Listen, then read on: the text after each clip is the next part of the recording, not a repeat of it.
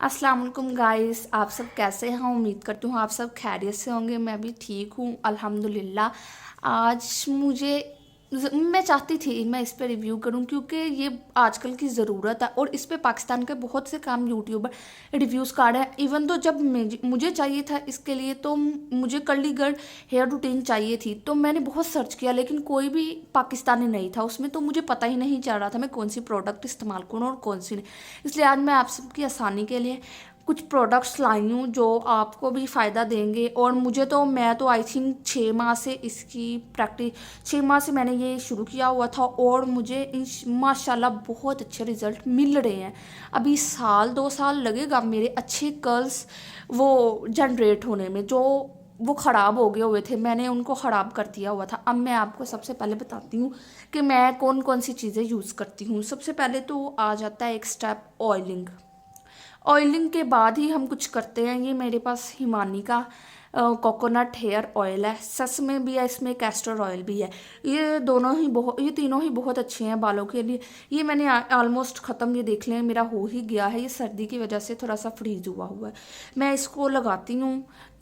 मैं सैटरडे की रात को लगा के सोती हूँ और संडे को उठ के मैं शैम्पू और बाकी चीज़ों से वॉश करती हूँ, वो मैं आपको दिखा देती हूँ। अब ऑयलिंग के बाद मैं सो जाती हूँ रात को कैप से कवर करके ऑयल, ताकि हीट मिले बालों को। और ऑयल और कर्ली हेयर्स में मॉइस्चराइज़र की बहुत सी ज़रूरत होती है।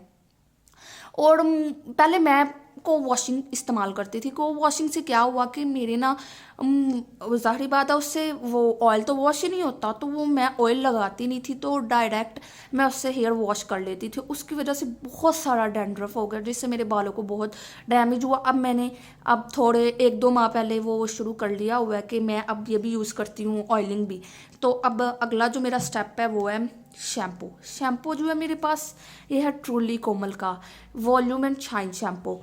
और ये मुझे आई थिंक इसकी प्राइस पड़ी थी 600, और उस टाइम डिलीवरी फ्री चल रही थी तो मैंने ये ऑर्डर कर लिया। ये जो नवंबर की सेल थी, ये मेरी दूसरी बोतल है, नवंबर की सेल थी, मैंने उसमें ऑर्डर कर लिया और ये मुझे बहुत अच्छा पड़ा। ये देखिए ये पैराबिन फ्री है और सल्फेट है इसमें तो, लेकिन सल्फेट हमारी अच्छे भी होते हैं, माइल्ड जो सल्फेट होते हैं वो तो बहुत अच्छे होते हैं।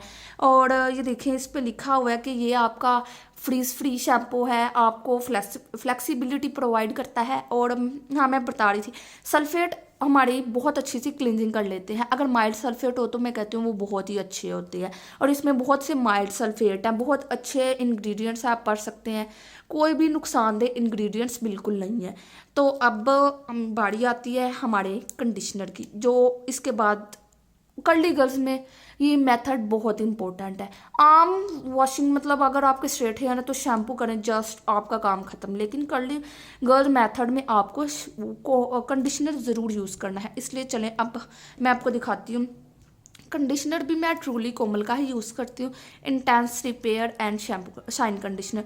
ये तो मेरा ख़त्म होने को आ ही गया है। अब मैं ग्रैंड ईयर सेल का इंतज़ार कर रही हूँ ताकि मैं ये दोबारा मंगवाऊँ। और ये सल्फेट फ्री है और पैराबिन फ्री है और ये 400 ml है और शैम्पू भी 400 ml थी और इसकी प्राइस है 800। इसकी थोड़ी सी ज़्यादा है। तो अगर आपको थोड़ा सा अफोर्डेबल चाहिए तो WBM का अफोर्डेबल कंडीशनर मिल रहा है, वो 600 का मिल रहा है। अब ये देखें, ये आप this formula not only reverse damage untangle and soften your hair but also leave it voluminous. और ना कंडीशनर लगाने के बाद ना आपने ना अपने बालों को कंघी करना है। कंघी मतलब वो ब्रश से कंघी करना है, दूसरे कंघे से नहीं। तो ब्रश से कंघी करने के बाद आपने अपने बालों को बांध लेना है। उसके बाद आपने बालों को तकरीबन 5 मिनट तक कंडीशनर को लीव छोड़ना है उस पर। उसके बाद वो हो जाने के बाद आपने अपने बालों को अच्छे तरीके से वॉश करना है और फिर आपका अगला नेक्स्ट स्टेप आ जाता है। अब आप वॉश करके वॉशरूम से बाहर आ गए हैं, आपने अपने बालों को कंघा भी कर लिया है। अब आपका नेक्स्ट स्टेप है कर्ल क्रीम। कर्ल क्रीम ये करती है कि आपके बालों में जो ड्राइनेस होती है उससे आपके बालों को बचाती है। आप सिर्फ कर्ल क्रीम रूट्स रूट्स पे लगाते हैं, आप ऊपर नहीं लगाते। इसलिए कर्ल क्रीम मैं आपको दिखा देती हूँ मैं कौन सी इस्तेमाल करती हूँ। ये है Eden low Eden rock leave in conditioner, मेरे पास लीव इन कंडीशनर, आप कर्ल क्रीम या लीव इन कंडीशनर यूज़ कर सकते हैं। ये देखें, ये पैराबीन, सल्फेट और सिलिकॉन फ्री है। और ये मुझे इसकी प्राइस पड़ी थी आई थिंक 250। और ये मुझे बहुत अच्छा लगा। ये भी है मेरा तकरीबन ख़त्म ही हो रहा है। ये मैंने बहुत देर का ऑर्डर, मैंने बताया ना मैं 6 माह से ये प्रोडक्ट मैं 6 माह से यूज़ कर रही हूँ और अभी तक कोई ख़त्म नहीं हुई, ख़त्म होने को आ गई है।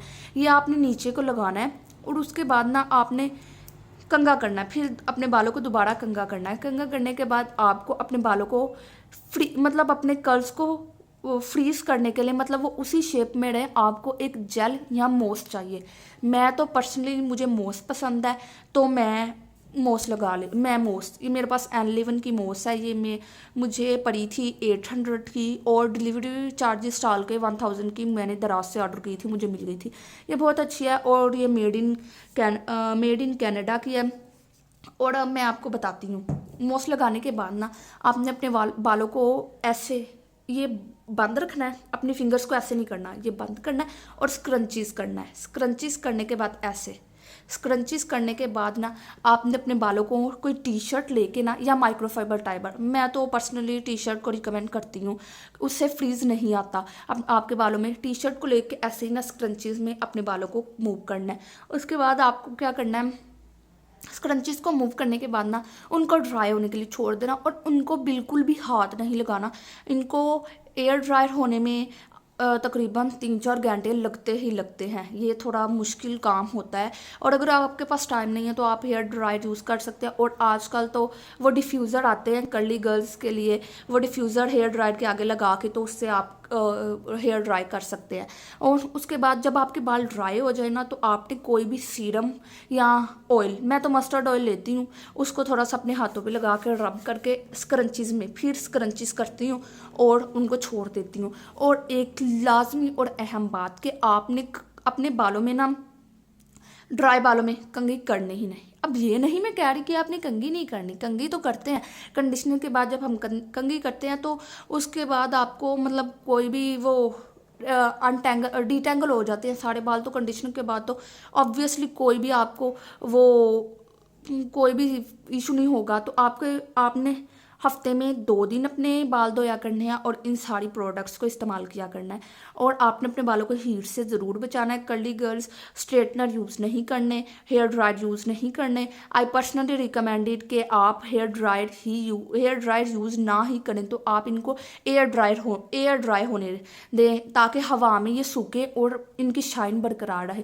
हीट वाली चीज़ें यूज़ करके इनकी शाइन ख़राब हो जाता है। आपने कंघा बिल्कुल नहीं करना। आपने बस जिस दिन आपने हेयर वॉश करना है उसी दिन आपने अपने कंडीशनर करके कंघा करना है। तो वो आपको कोई मतलब बाद में आपको ये फील ही नहीं होगा कि आपकी टैंगल हुए हैं बाल। इसलिए अब आपने इन सब मेथड्स को फॉलो करने से आप एक अच्छे कर्ली हेयर्स अचीव कर सकते हैं। मैं जब थी ना मैं बहुत रोई मेरे कर्ली बाल क्यों है, मुझे पता ही नहीं था इनकी केयर कैसे करते हैं। मैं कंघा भी करती थी, शैम्पू करती थी, जस्ट जैसे आम बालों की केयर करते मैं वैसे करती थी। लेकिन मुझे अब पता चला है कि इनकी केयर कैसे करता है, तो मैंने बहुत अच्छे कर्ल अचीव कर लिए। उम्मीद करती हूँ आपको मेरी वीडियो पसंद आई होगी। लाइक करें, शेयर करें, कमेंट करें, सब्सक्राइब करें। और अगर आपको किसी और चीज़ पर रिव्यू चाहिए तो आप मुझे कमेंट्स में बता दीजिएगा ताकि मैं आपको अपनी सारी आपकी मर्ज़ी की वीडियो बना के दे सकूँ। ठीक है, अल्लाह हाफिज़।